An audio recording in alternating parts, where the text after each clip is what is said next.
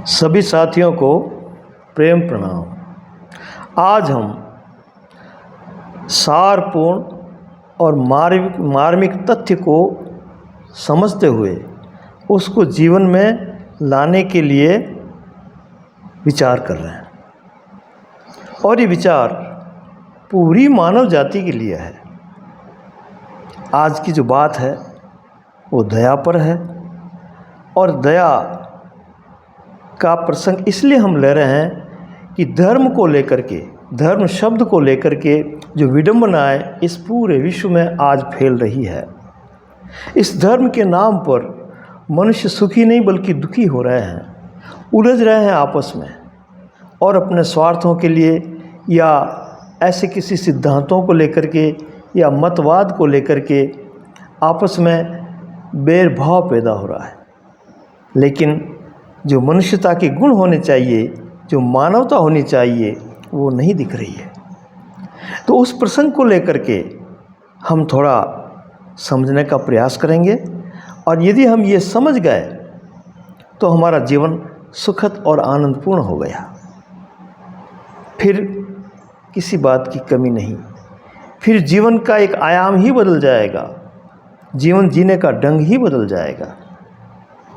तो कहा है दया के लिए कि दया जहाँ है, जिस मनुष्य में है वही मनुष्य है, और दया को धर्म का मूल बताया है। कहा है एक जगह, दया धर्म का मूल है, पाप मूल अभिमान, तुलसी दया न छोड़िए जब लग घट में प्राण। जब तक इस शरीर में प्राण है तब तक दया को मत छोड़िए, क्योंकि यही धर्म का मूल है। दया धर्म का मूल है, और पाप मूल अभिमान, ये जो अहंकार है कि मैं अलग हूँ, मैं बड़ा हूँ, मैं कुछ अधिक जानता हूँ, या मैं संपन्न हूँ, ये मुझसे छोटा है, तो वहाँ जाकर के फिर दया के भाव नहीं रहेंगे। जहाँ तुलना आ जाती है, जहाँ भेद आ जाता है, वहाँ दया नहीं होती, वहाँ फिर संघर्ष होते हैं, उलझने होती है। तो ऐसी बहुत सी युक्तियाँ जो हमारे संतों ने, अनुभवियों ने हमें बताई है, हमारे मानव जीवन में लागू करके उसको जीने के लिए जो संकेत दिए हैं, जो निर्देश दिए हैं, वो बड़े उत्तम हैं, बड़े सार्थक हैं, और उनको हम काम में लेकर के अपने जीवन को सफल और सुखी, शांतिमय और आनंदपूर्ण बना सकते हैं। तो ये जो दया है, यही धर्म का मूल कहा है। अगर दया है तो समझ लो कि आपने धर्म को समझ लिया। धर्म क्या है, उसकी परिभाषा है भीतर में दयावान रहना, यानी कि जो आप अपने प्रति नहीं चाहते हैं व्यवहार, वो दूसरों के प्रति भी न करें, और दया का प्रयोग करें, दयालु बने। क्योंकि यदि हम देखें तो मानव और पशुता में अगर अंतर किसी से होता है, अगर हम भेद कर पाते हैं, तो मुख्य बात है दया। क्योंकि पशुओं में दया कम होती है या नहीं होती है, लेकिन यदि वैसा ही व्यवहार हम करने लग जाएं तो हम में भी पशुता अभी तक गई नहीं है। मानवता के लक्षण ये है कि वो दयावान हो, दया उसके हृदय में निवास करे, और दया से चलता हुआ अपना जीवन जिए, दया के साथ जिए। और ये दया का फॉर्मूला, ये सूत्र अगर याद रह गया तो पूरा जीवन सफल है, क्योंकि दया को उल्टा करते ही याद होता है। तो दया जिसके हृदय में होती है, उसके भीतर वो, जिसे हम परमात्मा ईश्वर की धारणा में या कोई भी नाम देते हैं, वो हमेशा याद रहता है, या वो हमें याद करता है।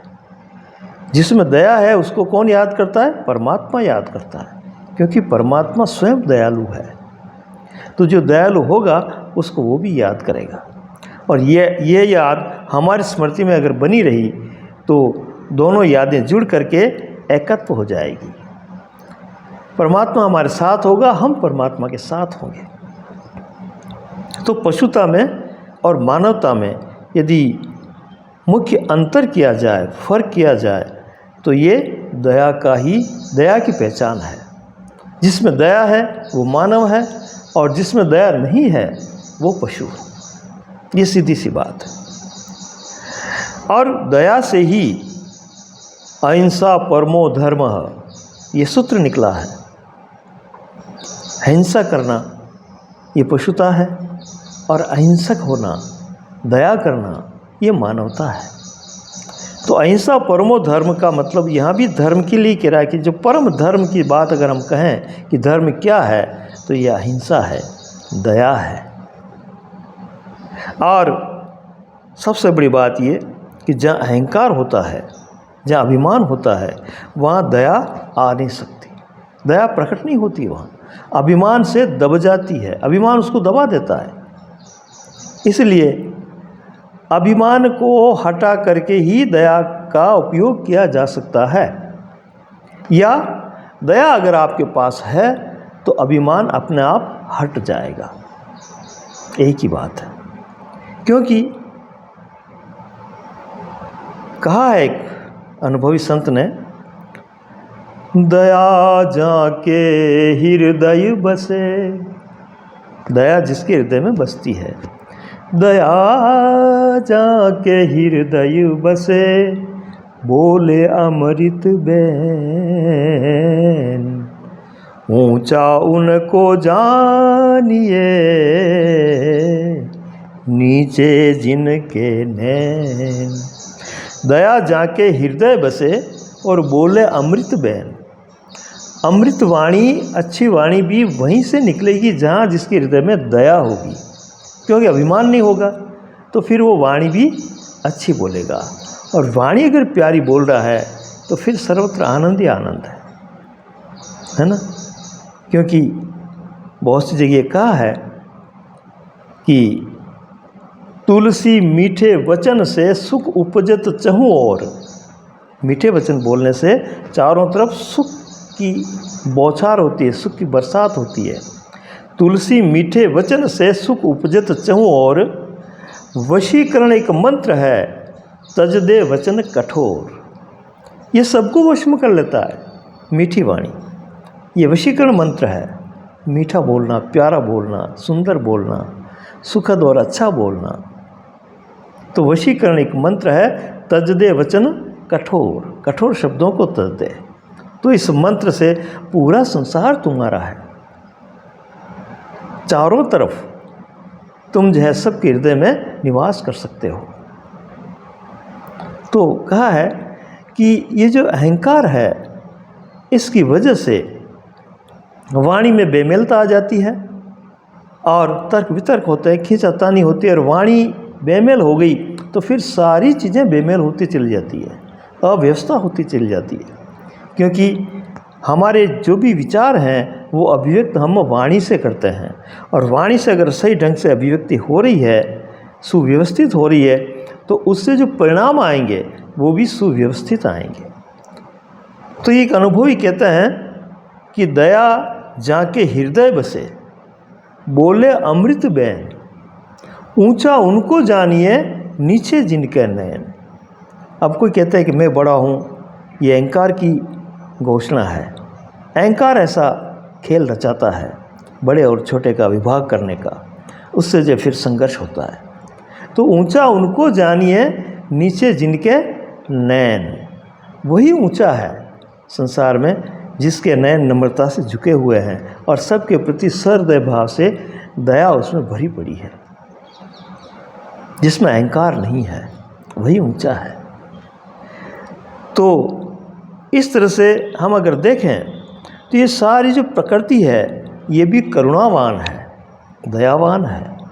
क्योंकि हमें बिना कुछ कहे, बिना कुछ दिए, बिना कुछ शर्त रखे ये प्रकृति हमें जीवन दे रही है। हवा, पानी, प्रकाश, चाहे इसको कोई माने या न माने, इसको कुछ भी कहे, फिर भी उसका सबका पालन करके सबका संरक्षण कर रही है, सबको जीवन दे रही है। तो ये प्रकृति जो करुणावान है, इसमें दया है। और वही गुण यदि हम में भी आ जाएं तो हम प्रकृति से जुड़ जाते हैं। और प्रकृति और हमारा सहयोग करने लगती है। यदि हम में दया नहीं है, करुणा नहीं है, तो जो प्रकृति में जो गुण हैं उन गुणों से हमारे वो अवगुण मेल नहीं खाएंगे, क्योंकि हम अहंकार को लेकर के, राग को लेकर के, द्वेष को लेकर के, ईर्ष्या को लेकर के जो बैठे हुए हैं, तो वो हमारे उन प्रकृति के गुणों के आने में बाधक होंगे, रुकावट डालेंगे। इसलिए प्रकृति के साथ अगर उसका पूरा आनंद लेना है तो वो जो करुणावान है प्रकृति, तो हमें भी दयालु होना है, दया हमारे हृदय में रखनी है, तभी जा कर के प्रकृति के साथ हमारा तालमेल बैठ जाएगा और पूरी प्रकृति हमारा सहयोग करेगी। और जहाँ दया है वहाँ स्वार्थ नहीं है। देखना आप, पूरी प्रकृति कुछ मांग थोड़ी रही है। सूर्य प्रकाश कर रहा है, कोई बिल नहीं भेज रहा है, हवा चल रही है, हम पानी पी रहे हैं, अन्न खा रहे हैं, पूरा शरीर का जो है संरचना हमारी चल रही है, ये प्रकृति चला रही है। बनाया भी इसी ने, चला भी यही रही है और फिर इसको व्यवस्थित भी यही करेगी। तो ये बिना कुछ कहे, कोई स्वार्थ नहीं इसका, इसमें कोई लेन देन नहीं है। जहाँ लेन देन होता है, अगर लेन देन के भाव आ जाते हैं, वहाँ फिर दया नहीं होती है। दया तो सबसे विमुक्त, निर्मुक्त होकर के लुटाना चाहती है, देना ही देना जानती है। ये दया के लक्षण हैं। उसमें स्वार्थ नहीं होता है, और जहाँ स्वार्थ होता है वहीं जाकर के अनेक विकार पैदा हो जाते हैं, अनेक अड़चनें पैदा हो जाती है, समस्याएं पैदा होती है, और वही स्वार्थ जो आनंदप्रद चीज़ें और हमें मिलनी चाहिए उसके लिए बाधा बन करके खड़ा हो जाता है, उनको रोक देता है, और हम दुखी दुखी जीवन में उसी को व्यतीत करते हुए मर जाते हैं। तो कहने का मतलब ये कि जहाँ स्वार्थ के भाव नहीं है वही दयावान हो सकता है, और उसी में दया के गुण हो सकते हैं, और अगर वो गुण आ गए तो फिर कहना ही क्या। जहाँ दया होती है वहाँ प्रेम होता है। प्रेम के बिना दया पनप नहीं सकती, दया गति नहीं कर सकती। तो प्रेम होगा तो दया भी होगी, और दया होगी तो प्रेम अपने आप प्रकट होगा। प्रेम का प्रकटीकरण दया से होता है। हमारे हृदय में दया है अन्य के प्रति, जो भी हमारे सामने है इस संसार में, यानी कि मनुष्य नहीं कह रहा हूँ, हर जीव आ गए, वृक्ष, पेड़, पौधे ये आ गए, हर वस्तु जो भी जिसमें हम जी रहे हैं उन सबके प्रति दया के भाव होने चाहिए, सबके प्रति आदर होना चाहिए, सत्कार होना चाहिए, सम्मान होना चाहिए। और दया ही सही व्यवस्था कर सकती है, क्योंकि उसमें प्रेम होता है, और प्रेम जहाँ है वहाँ फिर आनंद ही आनंद है। उसका जीवन तो सुखद ही सुखद है। प्रेम नहीं होने की या प्रेम की कमी से ही तो ये सब झंझटें पैदा हो रही है, और हम दुख से जूझ रहे हैं।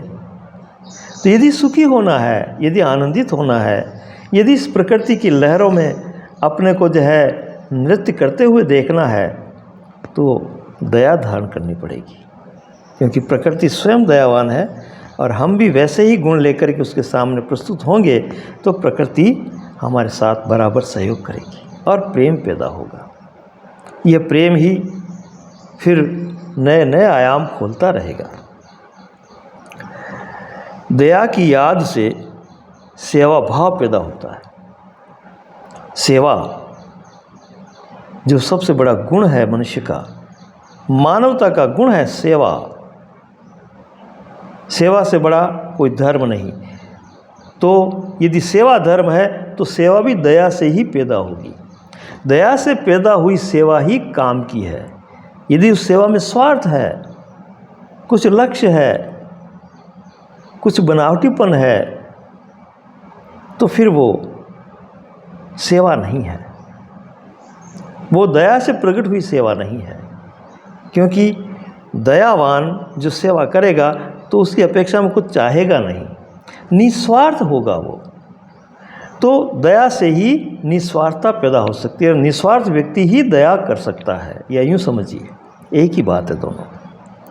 तो दया से जो है सेवा भाव प्रकट होगा, और ये जो दया है इसी से ही जो ईश्वर की हम धारणा करते हैं, अलग अलग धारणाएं करते हैं अलग अलग धर्मों में, लेकिन ये धारणा जरूर उसमें रहती है, भले धारणा के प्रकार अनेक हों, उसमें भिन्नता हो, भेदता हो, लेकिन मुख्य धारणा है जैसे वो हमारा पालक है, हमारा सहयोग करने वाला है, हम पर दया करने वाला है, हमारा रक्षक है, ऐसी धारणा हर धर्म में होती है। तो ये जो दया है ये अगर हम में होगी तो ईश्वर के प्रति जो हमारी धारणा है वो भी फलित होगी, वो जो है हमारे सामने प्रत्यक्ष होगी, वो धारणा सच्ची होगी, नहीं तो कोरी कल्पना और धारणा बन करके हम उलझे रह जाएंगे। तो ईश्वर के प्रति जो पालन करने की, रक्षा करने की या कुछ व्यवस्थित सुविधा दे देने की जो मांग है हमारी, वो हर धर्म में है। इसलिए ईश्वर की धारणा बना रखी है और ईश्वर की धारणा पैदा हुई है। तो धारणा कैसे भी हो, लेकिन इस प्रकृति में जो लहर जा रही है उस धारणा की वजह से, उसमें अगर दया का पुट हो, हमारे हृदय में दया हो, तो दया प्रार्थना में बदल करके, प्रेम में बदल करके उस ऊर्जा से जुड़ती है जो सर्वशक्तिमान है, किसी भी रूप में हो, कैसा भी हो हम नहीं जानते, लेकिन है वो, उसका अस्तित्व है, उससे पूरी सृष्टि चल रही है। तो वो जो प्रार्थना है वो दयामय हृदय से ही उठ करके प्रार्थना का रूप लेकर वहाँ पहुँचेगी। इसलिए दया इतनी महत्वपूर्ण है। दया में हमेशा देने के भाव होते हैं, लेने की आकांक्षा नहीं होती है, या मेरी प्रशंसा हो जाए, मेरी बड़ाई हो जाए, या मुझे ये कुछ मान सम्मान दे, ऐसी आकांक्षा भी दया में नहीं होती है। दया का यही मुख्य गुण है कि वो देना ही देना जानता है, देने में ही उसको आनंद है, जितना वो देगा उतना ही आनंदित होगा।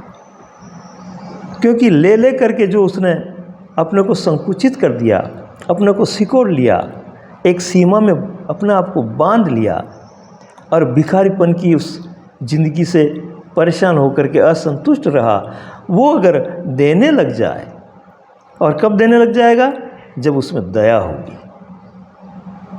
तो जब वो देने लग जाएगा और उसका जो आभास उसको होगा, उसका जो सुख होगा, वो सुख लेने की जो कामना है उससे करोड़ों गुना ज़्यादा होगा।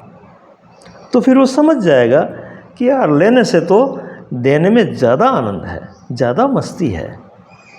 न जाने कहाँ कहाँ से दुहाएं, आशीर्वाद, कृपाएं, अंदर भीतर हृदय के भाव, अनेक तरंगें आकर के उसको जो है प्रफुल्लित करती है, उसको भर देती है। वो तो देने के भाव दया से ही प्रकट होंगे।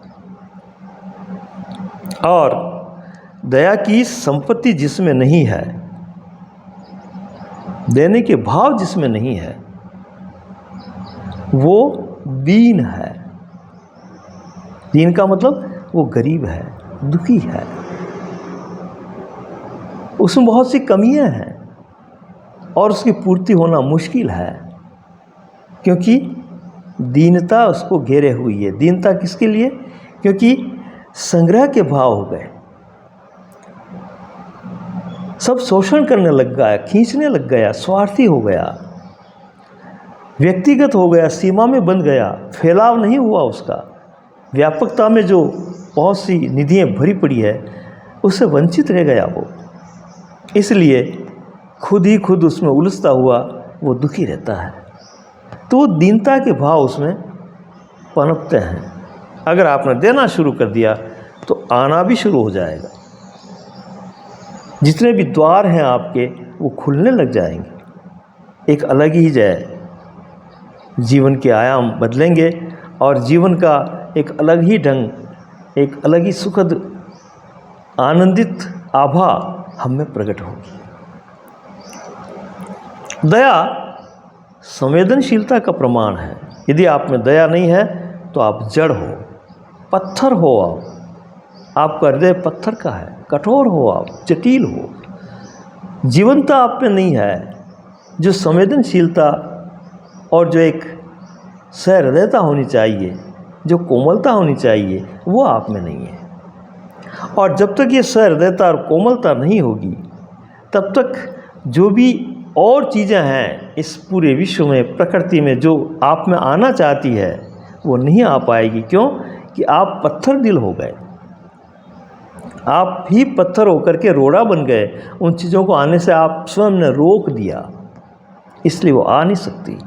तो जो संवेदनशील होगा वो सुग्राही होगा, ग्रहण करने की क्षमता होगी उसमें, और वो जो सूक्ष्म चीज़ें हैं वो उस संवेदनशीलता की स्थिति में ही अपने भीतर प्रवेश करेगी। तो संवेदनशीलता जीवनता का प्रमाण है, जीवन का प्रमाण है। हम जिंदे हैं, जिंदे होने का प्रमाण है संवेदनशीलता।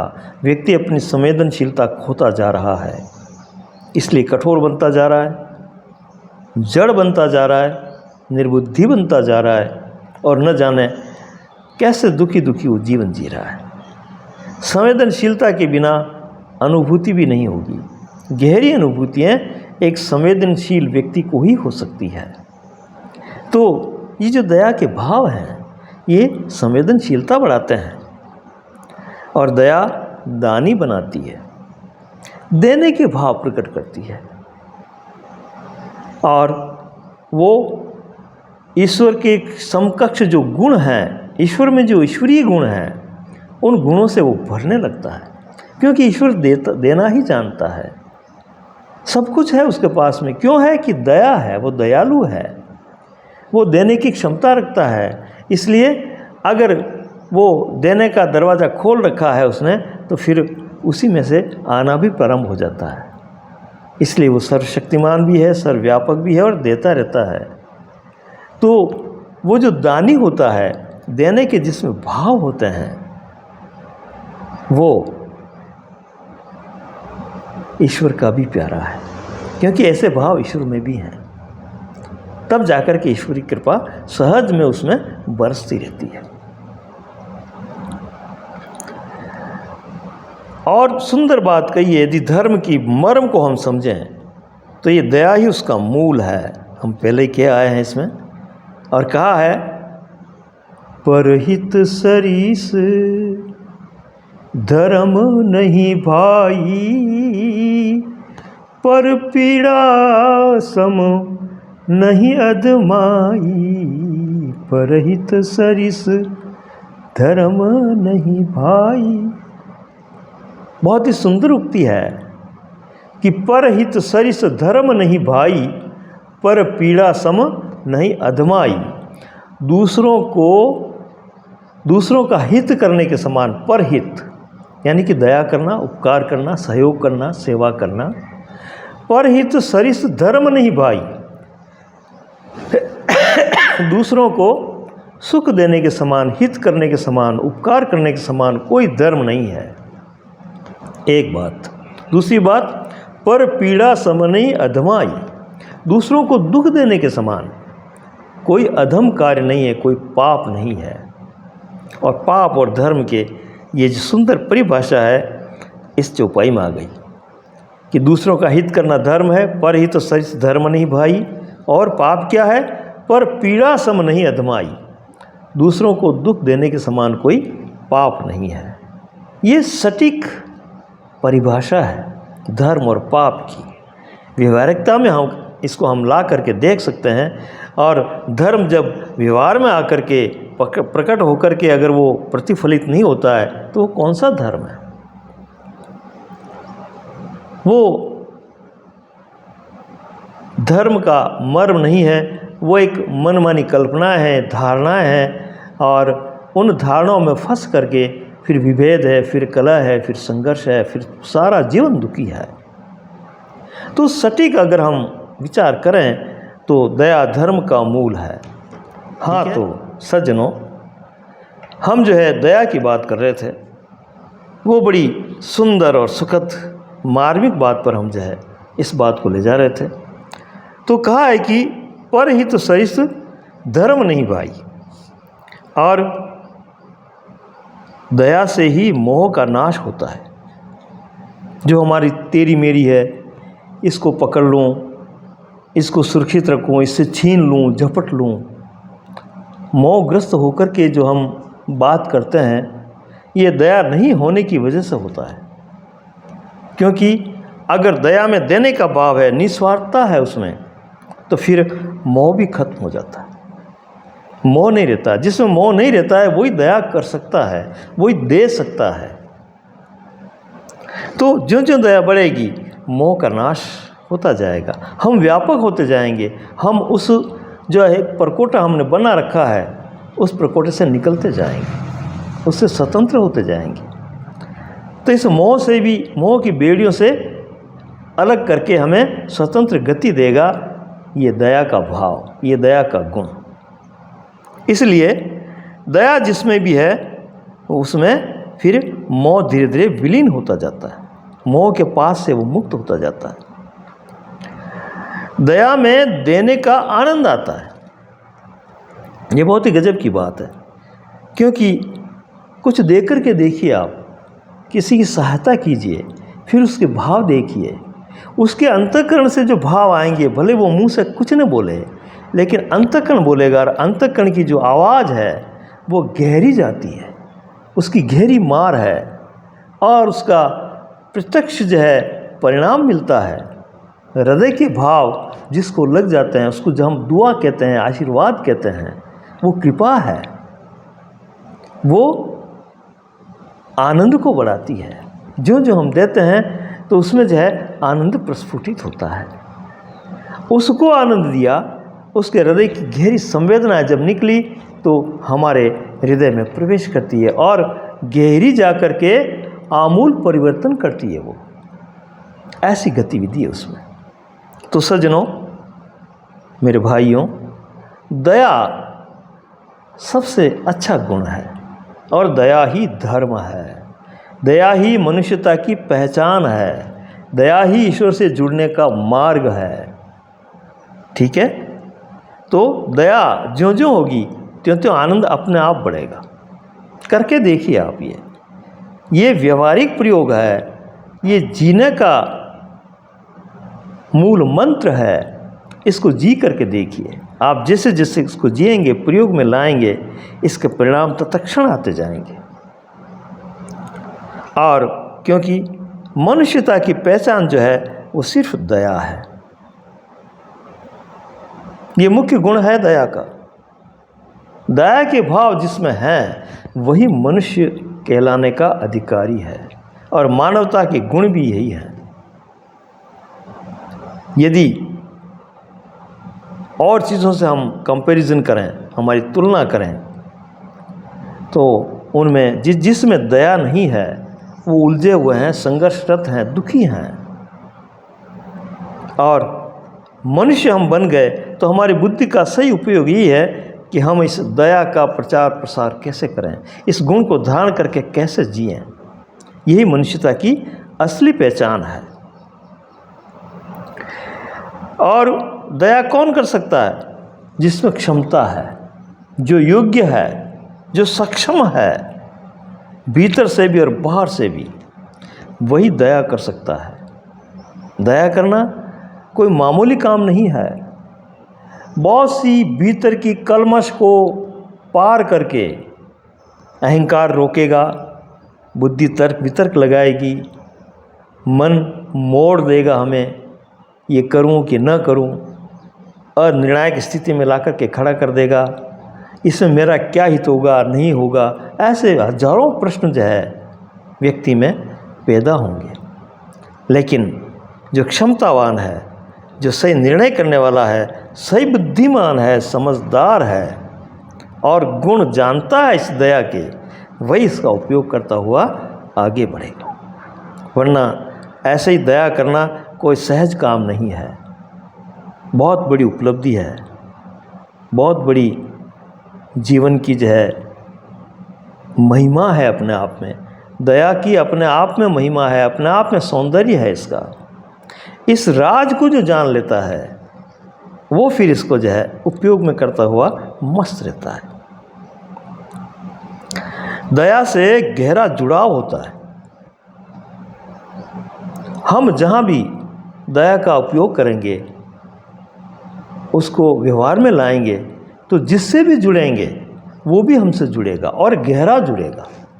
एक दया ही ऐसा एक माध्यम है, ऐसा एक मार्ग है जिसमें प्रेम प्रकट होता है, सहयोग प्रकट होता है, देने के भाव पैदा होते हैं, करुणा होती है उसमें। तो सृष्टि की हर वस्तु से हम गहरे जुड़ सकेंगे, उनसे ओतप्रोत हो सकते हैं। तो दया ही जोड़ती है, जोड़ने का काम करती है दया। और ये जुड़ाव इतना हो जाता है कि फिर किसी बात की कमी नहीं रहती, अपने आप में हम जो है मस्त रहते हैं। तो इस दया का उपयोग कीजिए, दया को समझिए, दया को व्यवहार में लाइए और दयापूर्ण जीवन बनाइए।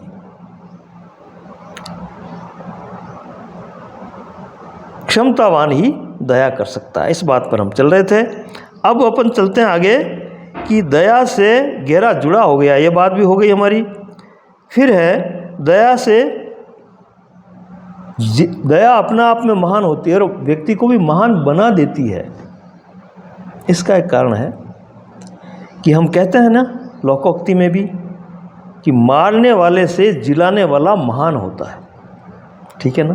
तो दया हमेशा जिलाती है, दया हमेशा सहारा देती है, दया हमेशा क्षमा करती हुई उस व्यक्ति को ऊपर उठाती है। और यही इसी में उसकी प्रसन्नता है, इसी में वो खुशी है कि कोई आगे बढ़े, कोई सुखी हो, कोई आनंदित हो, कोई दुख से उबरे। यही तो दया के गुण हैं। तो ये अपने आप में एक महानता है, महान गुण है दया का, ठीक है। और दया से